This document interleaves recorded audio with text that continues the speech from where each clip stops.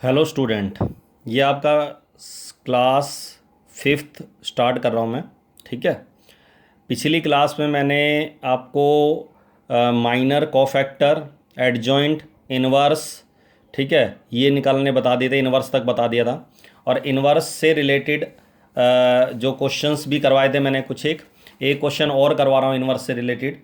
Question ये है बेटा कि फाइंड द मैट्रिक्स ए क्या है यहाँ, capital A matrix satisfying the matrix equation. क्या 2 बाई 2 वाली मैट्रिक्स दे रखी है, ए बी मैट्रिक्स है बीच में मल्टीप्लाई में, और एक और मैट्रिक्स दे रखी है, एक और मैट्रिक्स है। मतलब कि इन तीनों मैट्रिक्स की मल्टीप्लाई इसके बराबर आएगी, तो ए फाइंड करो। अगर इन तीनों की मल्टीप्लाई इस मैट्रिक्स से बराबर है तो ए मैट्रिक्स क्या होगी, जो मल्टीप्लाई में ए मैट्रिक्स है।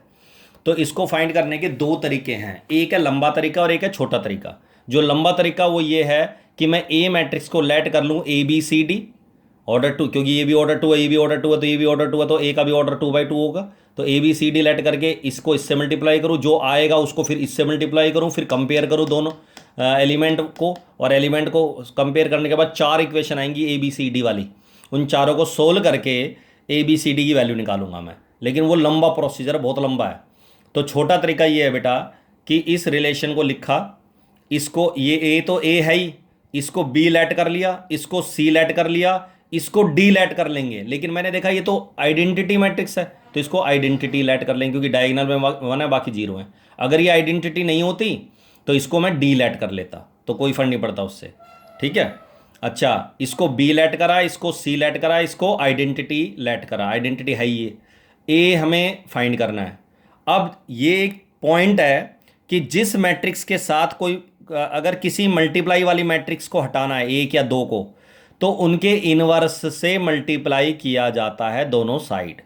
अब मुझे बी, एक ए फाइंड करना है, तो ए के साथ बी हटाना है, सी हटाना है। तो बी हटाने के लिए बी इनवर्स से मल्टीप्लाई करूंगा और सी हटाने के लिए सी इनवर्स। आपने एक बात और नोट की होगी कि मैंने बी इनवर्स से लेफ्ट साइड करा है, क्योंकि लेफ्ट साइड में लिखी हुई है बी ए के, और राइट हैंड साइड में सी है, तो राइट हैंड साइड से मैं सी इनवर्स से मल्टीप्लाई किया है। और वही ऑर्डर राइट हैंड साइड में भी फॉलो करना है, वही ऑर्डर राइट हैंड साइड में भी फॉलो करना है। लेफ्ट, इधर लेफ्ट में बी इनवर्स था तो इधर भी आइडेंटिटी के लेफ्ट साइड में बी इनवर्स आएगा, इधर राइट हैंड साइड में सी इनवर्स है तो इधर भी राइट हैंड साइड में सी इनवर्स आएगा। बी इनवर्स इंटू बी, आपको पता है किसी भी मैट्रिक्स को उससे इनवर्स से मल्टीप्लाई करें तो आइडेंटिटी आता है, और आइडेंटिटी किसी मैट्रिक्स से मल्टीप्लाई करेंगे तो वही मैट्रिक्स आती है सेम। तो B inverse into B I हो गया, सी इंटू सी इनवर्स आई हो गया, बी इनवर्स इंटू आइडेंटिटी, अभी बताया आइडेंटिटी इंटू बी इनवर्स या ए बी जो भी हो वही आता है सेम। तो B inverse into identities B inverse, C inverse ऐसे कैसे लिख देंगे। अब उसके बाद आइडेंटिटी इंटू ए हो गया, ए इंटू आई ए हो गया। तो आपने देखा ये तो ए के साथ आइडेंटिटी की मल्टीप्लाई करेंगे तो ए ही रहेगा, और B inverse into C inverse. B inverse का फॉर्मूला होता है 1/डिटरमिनेंट B into adjoint B bracket में, सी इनवर्स का फॉर्मूला लगा दिया 1/डिटरमिनेंट सी इंटू एडजॉइंट सी। अच्छा, डिटरमिनेंट बी हमें पता है, बी हमने इसको लेट किया था, तो इसका डिटरमिनेंट क्या आएगा, डिटरमिनेंट चेंज करेंगे तो 2 2 4 -3, 4 -3 मतलब कि 1 नंबर हो गया, डिटरमिनेंट नंबर होता है। अच्छा, ये बात मैंने पिछली क्लास में नहीं बताई थी आपको, तो अब बता रहा हूं मैं कि अगर कोई स्क्वायर मैट्रिक्स है 2 बाई 2 वाली, ऑर्डर 2 बाई 2 वाली, उसका एडजॉइंट आप डायरेक्ट निकाल सकते हैं शॉर्टकट तरीके से बिना कोफैक्टर निकाले। ये कोफैक्टर ही है, लेकिन हमें डायरेक्ट एक टेक्निक है क्या, डायगनल्स को तो इंटरचेंज कर दो, डायगनल एलिमेंट को तो ए को डी से और डी को ए से बदल दिया, और बाकियों के साइन बदल दो। बस इतनी सी बात याद रखनी है कि डायगनल एलिमेंट को इंटरचेंज करना है, और बाकी जो दो एलिमेंट बचे उनको उनका साइन बदलना है। ये मेथड केवल ऑर्डर 2 वाले में लागू होता है, ऑर्डर 2 वाली मैट्रिक्स का एडजॉइंट निकालने में। तो आपने देखा एडजॉइंट बी निकालूंगा तो मैं 2 को 2 से बदलूंगा तो कोई फर्क नहीं पड़ा, 2 2, और बाकी 1 और -3 के साइन बदल दिए। इसी तरह डिटरमिनेंट सी क्या आएगा, इसका डिटरमिनेंट बदलेंगे तो 3 3 3 जा -3 9 प्लस का 9 और माइनस का 10, मतलब -1 आ गया। और इसका एडजॉइंट क्या आएगा, मैंने बताया एडजॉइंट का शॉर्टकट तरीका, डायगनल्स को बदल दो, बाकियों के साइन बदल दो। तो -3 को -3 से बदलेंगे तो सेम रहेगा बदलने भी, और -5 और -2 इन दोनों को -5 -2 लिख दिया। तो आपने देखा ये आ गया जी बेटा, 1/1 तो 1 ही होता है, ये मैट्रिक्स आ गई, और इस माइनस को अंदर मल्टीप्लाई करेंगे, डिवाइड कर दो या मल्टीप्लाई कर दो, एक ही बात है। तो इसको ये आ गया सेम, 3 2 5 3 प्लस हो जाएगा, मल्टीप्लाई करेंगे पहली रो को पहले कॉलम से, तो 6 -5 1 सेकंड कॉलम से करेंगे तो 2 2 जा 4 -3 1, और -3 को 3 से करेंगे तो -9 + 10, 2 को 5 से 1, और -6 और +6 0। ये आपका आंसर आ गया। ठीक है, इसी तरह अगर मान लीजिए कह रहा है बी इंटू ये मैट्रिक्स है इज इक्वल टू ये मैट्रिक्स दे रखी है, वही इसमें उसमें तो 3 थे, इसमें 2 ही हैं, बी के साथ खाली ए की मैट्रिक्स मल्टीप्लाई है। तो आप सबको मैंने क्या टेक्निक बताई है कि बी इसको लेट कर लोगे ए, ये तो बी है, इसको लेट करना है ए, बी के अलावा कुछ भी लेट कर लो, और इसको लेट करना है सी। लेकिन मैंने देखा इसमें से अगर मैं 6 कॉमन निकाल लूँ तो डायगोनल में 1 1 आ जाएगा, और 1 1 का मतलब आइडेंटिटी हो गया, तो ये हो गया 6i। अब मैंने क्या बताया था तुम्हें, बी फाइंड करना है तो ए हटाना पड़ेगा, ए हटाना है तो ए इनवर्स से मल्टीप्लाई करना है राइट हैंड साइड में, क्योंकि राइट हैंड साइड में लिखा हुआ है, इधर भी राइट हैंड साइड।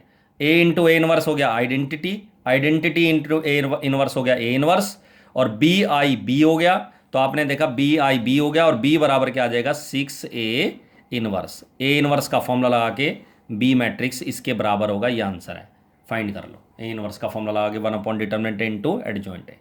क्लियर है यहाँ तक? तो ये इंपॉर्टेंट क्वेश्चन है जो मैंने अब सोल्व करवाया है। क्लियर है बेटा? अब ये जो हमने माइनर कोफैक्टर पढ़ा है, इसी से रिलेटेड अब हम नेक्स्ट टॉपिक कर रहे हैं। ये 6 नंबर का क्वेश्चन आता है बेटा इस टॉपिक के ऊपर। क्वेश्चन है, टॉपिक है solution of A system of linear equations bye matrix method. मतलब कि इक्वेशंस को सोल्व करना मैट्रिक्स मेथड का यूज करके, या कह दो इनवर्स मेथड का यूज करके। तो अगर हमें इनवर्स मेथड या मैट्रिक्स मेथड लगाना है तो किसके लिए? इक्वेशंस के लिए। अब देखो ये मैंने इक्वेशन लिखा है, अभी मैं एक आसान, अगली क्लास में तो मैं ऑर्डर 3 वाला करवाऊंगा, अभी मैं ऑर्डर 2 वाला क्वेश्चन करवा रहा हूँ, ऑर्डर 2/2। ऑर्डर 2 मतलब 2 वेरिएबल वाला, एक्स और वाई वाला। अच्छा पहले तो समझो, सिस्टम का मतलब होता है 2 या 2 से ज़्यादा इक्वेशन। लीनियर का मतलब होता है जो वेरिएबल हम पढ़ेंगे उनकी पावर जो होगी 1 होगी। एक्स वाई जेड जो भी वेरिएबल हम यूज़ करेंगे इक्वेशंस में, उनकी पावर होगी 1, लीनियर। ठीक है, और इक्वेशन को किस मेथड से सोल्व करना है? मैट्रिक्स या इनवर्स। तो इन इक्वेशन, अब जैसे दोनों इक्वेशन सोल्व करना है तो सोल्व करने का एक तरीका तो क्या होता है कि सीधा कॉफिशिएंट को बराबर करें और घटा दें। जैसे इसको 7 से मल्टीप्लाई करो, उसको 5 से करो, घटा दो, इससे वाई निकल जाएगा। लेकिन ऐसे नहीं करना, मैट्रिक्स मेथड का यूज करना है। तो तरीका ये होता है, इन इक्वेशंस को मैट्रिक्स फॉर्म में लिखना है। It can be written in matrix form as, सबसे पहले एक्स के कॉफिशिएंट लिखने हैं फर्स्ट कॉलम में, फिर वाई के कॉफिशिएंट लिखने हैं 2 3 2 3 सेकेंड कॉलम में, फिर लिखना है कॉलम मैट्रिक्स में, कॉलम मैट्रिक्स बनानी है एक्स वाई वेरिएबल, जो ये दोनों वेरिएबल हैं, जेड होता तो एक्स वाई जेड भी आता, 4 5 कॉन्स्टेंट आगे। इसको बोलते हैं कॉफिशिएंट मैट्रिक्स, क्योंकि कॉफिशिएंट से बनती है एक्स वाई जेड के। ये वेरिएबल मैट्रिक्स एक्स वाई, इसमें क्योंकि वेरिएबल खुद लिखते हैं इसमें, और ये कांस्टेंट मैट्रिक्स। अगर मैं इन दोनों, इसको पहली रो को पहले कॉलम से मल्टीप्लाई करूँ तो आप सबको पता क्या आएगा, 5x + 2y।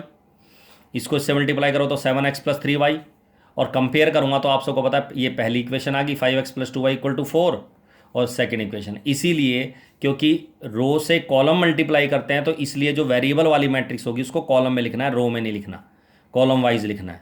क्लियर है यहाँ तक? अब इसको लेट करना है, ये कैपिटल है, ये नहीं करके दिखाना आपको, ये तो मैंने समझाया कि ये मल्टीप्लाई होकर वापस ये कैसे बनेगी, या इन इक्वेशंस को मैट्रिक्स फॉर्म में कैसे ऐसे क्यों लिखा, तो ये रीज़न बताया मैंने यहाँ, ये नहीं लिखना तुम्हें। ठीक है, इसको नहीं शो करना।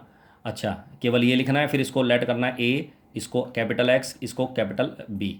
ये capital small X small Y है, ये कैपिटल एक्स है, ये पूरी मैट्रिक्स को रिप्रेजेंट कर रही है, एक्स जो है कैपिटल एक्स।